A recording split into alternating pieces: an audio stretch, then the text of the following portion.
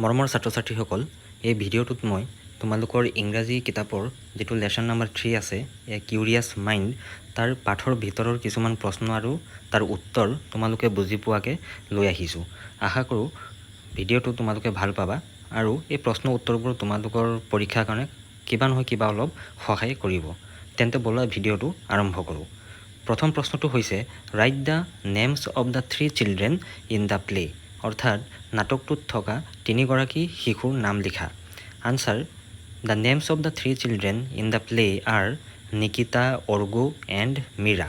নাটকটোত থকা তিনিগৰাকী শিশুৰ নাম হ'ল নিকিতা, অৰ্গো আৰু Meera.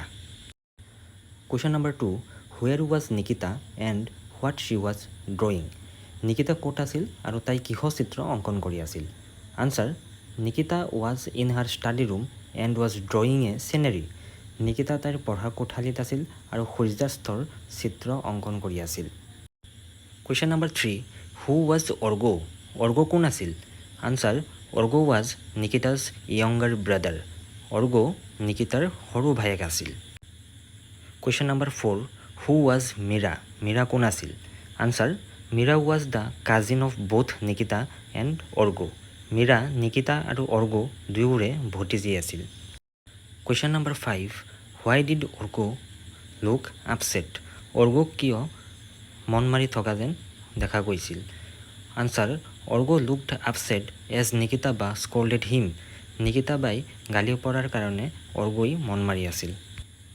Question number 6, who had a curious mind according to Meera. মীৰাৰ মতে কাৰ এটি কৌতূহলী মন আছিল?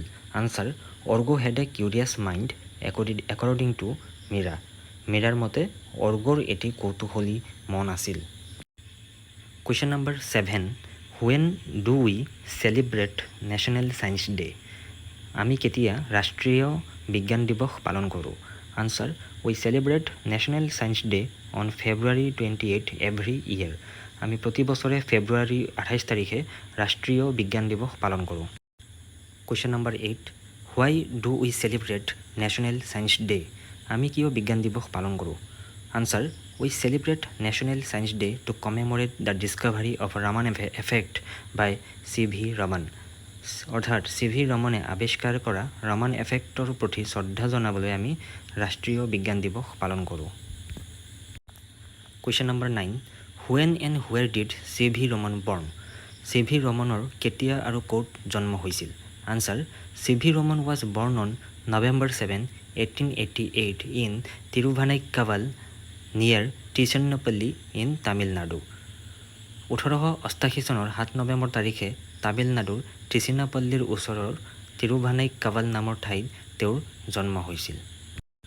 Question number 10, from where did he complete his graduation and masters degree in physics.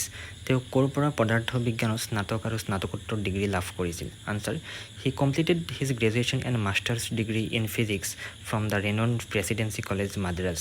তেওঁ মাদ্ৰাছৰ প্ৰেচিডেঞ্চি কলেজৰ পৰা পদাৰ্থ বিজ্ঞানত স্নাতক আৰু স্নাতকোত্তৰ ডিগ্ৰী লাভ কৰিছিল। Question number 11, when did Raman get the prestigious Nobel prize in physics. ৰমনে কেতিয়া পদাৰ্থ বিজ্ঞানত সন্মানীয় নোবেল বঁটা লাভ কৰিছিল? Answer, Raman got the prestigious Nobel prize in physics in the year 1930। ৰমনে 1930 চনত পদাৰ্থ বিজ্ঞানত সন্মানীয় নোবেল বঁটা লাভ কৰিছিল। Question number 12, who founded the Indian academy of sciences and the Indian journal of physics. Indian academy of sciences আৰু Indian journal of ফিজিক্সৰ প্ৰতিষ্ঠাতা কোন আছিল? ইয়াৰ উত্তৰ হ'ব C V. Raman. Question number 13, when did Raman receive Bharat Ratna.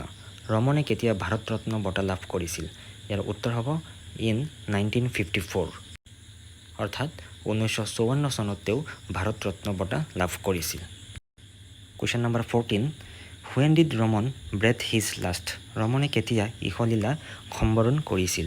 Year answer হ'ব on November 21, 1970 in Bangalore, অৰ্থাৎ 1970 চনত 21 নৱেম্বৰ তাৰিখে বেংগলোৰত তেওঁ ইহলীলা বা শেষ নিশ্বাস ত্যাগ কৰিছিল।